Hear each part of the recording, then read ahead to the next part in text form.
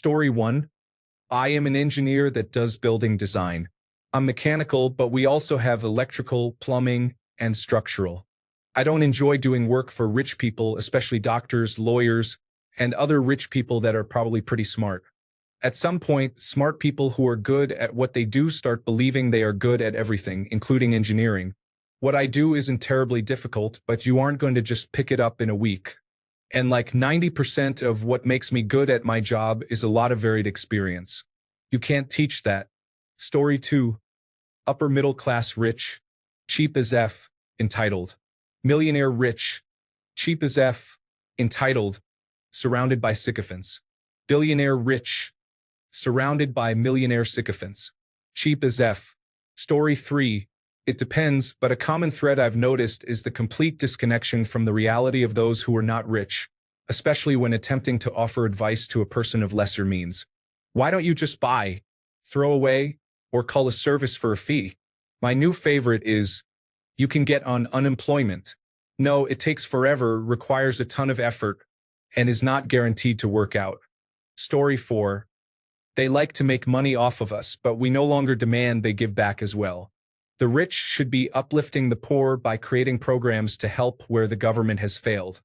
Instead, they pay probably the same amount of money it takes to help their communities or more to government officials to look the other way and to push their agendas so they can get richer. Story 5. I think it depends on the kind of rich people.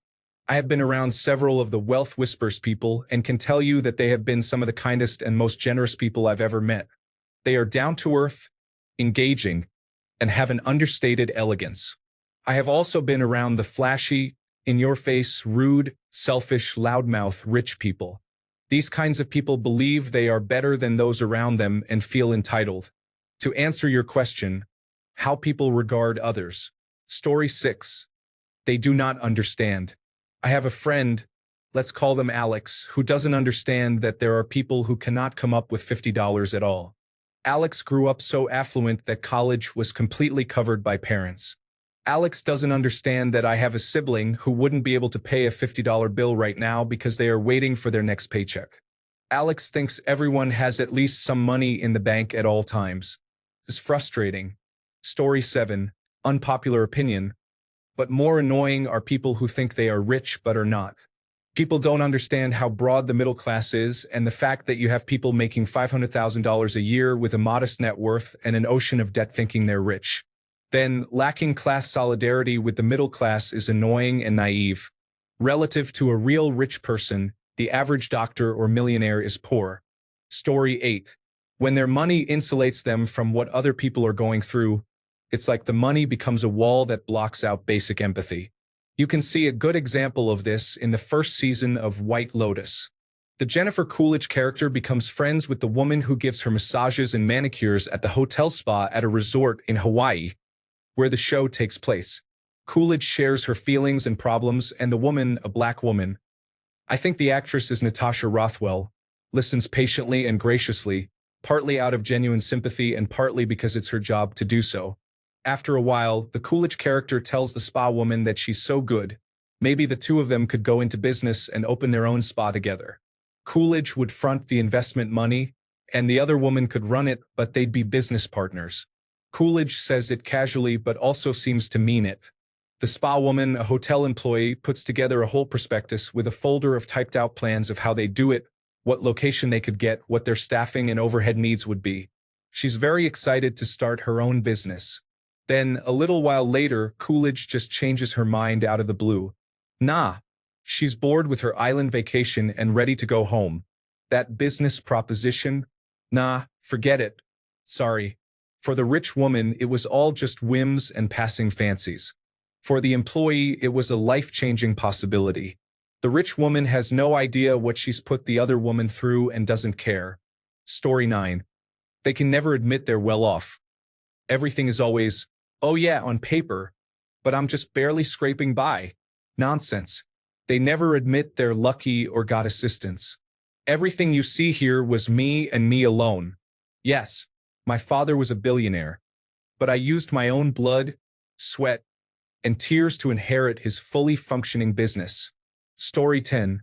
When they pretend to need to economize like the rest of us poor. There is a woman in our village that was reaching out in our local Facebook group about where to find cheap but good ski base layers because she was going to be spending a lot on her helicopter ski trip. Like, give me a break. If you can afford a helicopter ski trip, I am very sure that you can also afford some long underwear. Personally, I think the whole thing was a humble brag ploy to signal to the community how very wealthy she is. Story 11. That so many of them don't just leave society alone. It's not enough that they and their future generations will never need for a thing. They continue to take more and more while workers get less and less. It's seriously evil behavior. Story 12. Adult child of rich parents here. When my mom wants me to do something that I can't afford, she always says, "Can't you just budget for it?"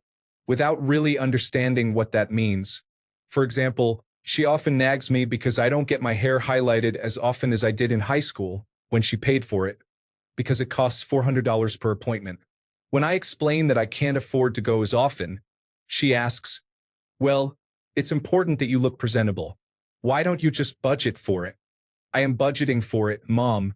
Limiting the number of times one does something in order to save money is budgeting. Story 13. Everything is annoying about rich people. Wealthy people who have nothing to prove are not. If you want someone else to know you have a lot of money, forget you. Story 14. Their entitlement. I deliver medical supplies into people's homes. Without fail, wealthy individuals in large mansions complain about having too little space, while those with fewer resources are just thankful to get the supplies they need. The mindset is just totally different. Story 15. When they are workaholics who lack empathy and common sense. These are the ones who tell us, "Just work 7 days a week, and you'll be rich too, you idiots." This then leads to, business needs less regulation, employee rights are killing the American dream, and so on. Story 16. That my fellow voters in America rubber stamp the Conservative Party's imposition of legalized campaign finance bribery are people who even know that, never object, and love that it is about free speech and the First Amendment, and cannot imagine a universe where bribery is wrong, especially on their side. No magical Biden caused them to do that. Democrats need to push campaign finance reform above all other reforms en masse. But they always fragment, which guarantees policy defeats, and cannot understand that their pet cause cannot be implemented with bribery in place. I don't hate rich people. I hate that normal people are now incapable of understanding or caring about whether or not wealthy donors buy every last second of the time and attention and laws of their only representatives on earth. Rich people don't have to hate you or know you exist to accomplish liquidating your rights, and eventually you if you let them. Bad guys are trying to buy the law in all countries and always were and always will be. This all used to be illegal and enforced, and conservatives passed some of it.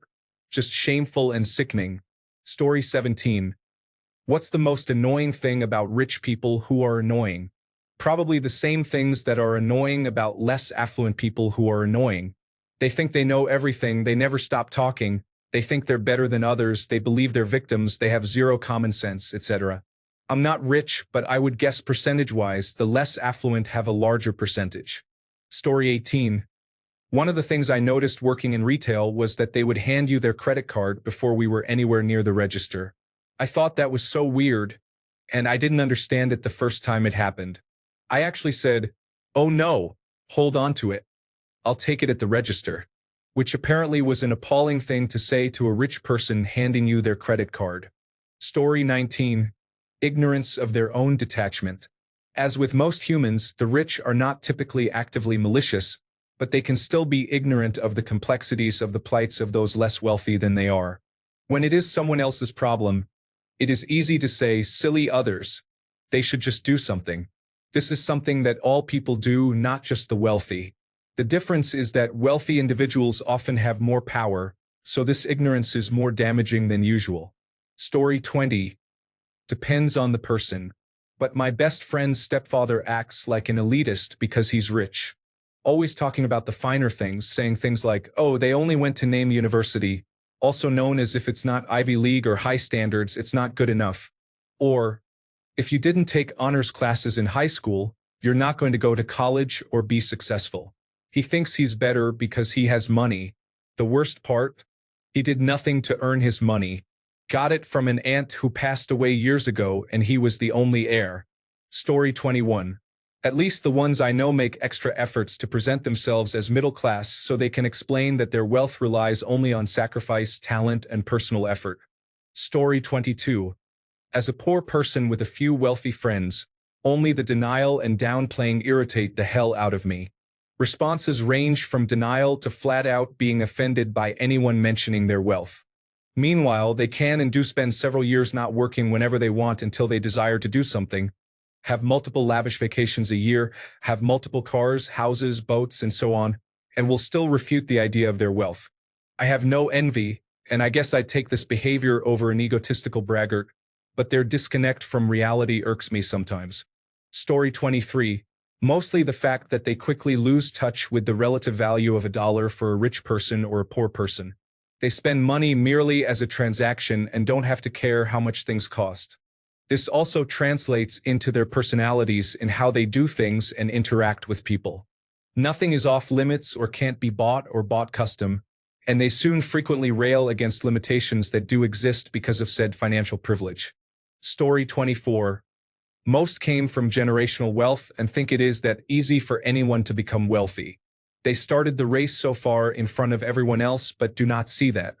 Story 25.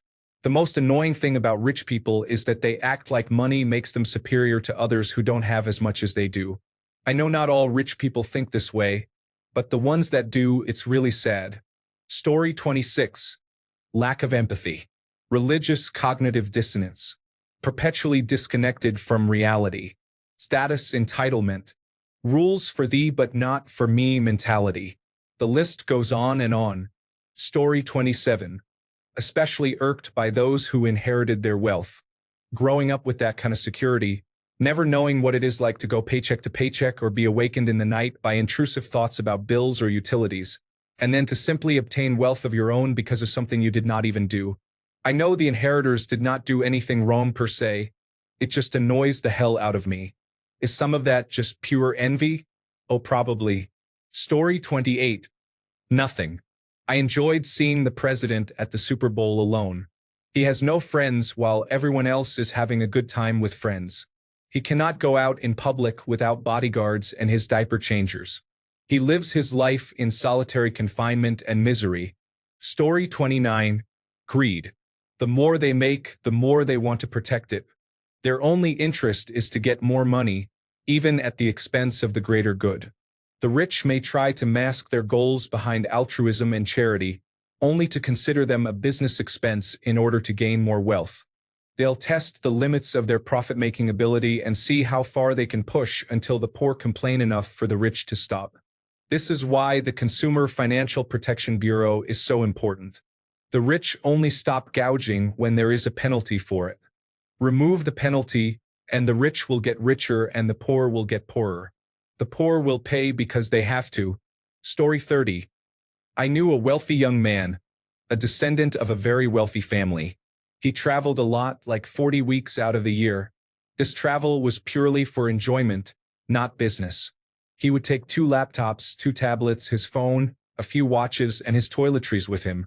Everything else he bought wherever he was. He would spend thousands on clothes and whatever else he needed whenever he traveled to a new place. He could throw away tens of thousands of dollars every single week. His ability to waste so much and not care was nothing but infuriating. Story 31. They think they are better than the rest of us. This even happens to people who are not really rich but live paycheck to paycheck and still have all the toys but are in debt up to their eyeballs. Story 32. They do not have a grip on reality. Even the ones that made it legitimate on their own from the bottom of the ladder to the top sometimes say or do some out-of-touch things. Story 33. Their complete ignorance of how regular people go through their day. You're a plumber? What on earth is that? With apologies to Susie Eddie Izzard, money doesn't fix everything, and it sure as hell doesn't excuse bad behavior. Story 34. I used to work as a home theater installer in a wealthy area. The amount of expensive things I've seen wealthy people just throw away is astounding. Home theater equipment that was only 1 or 2 years old discarded like it was garbage.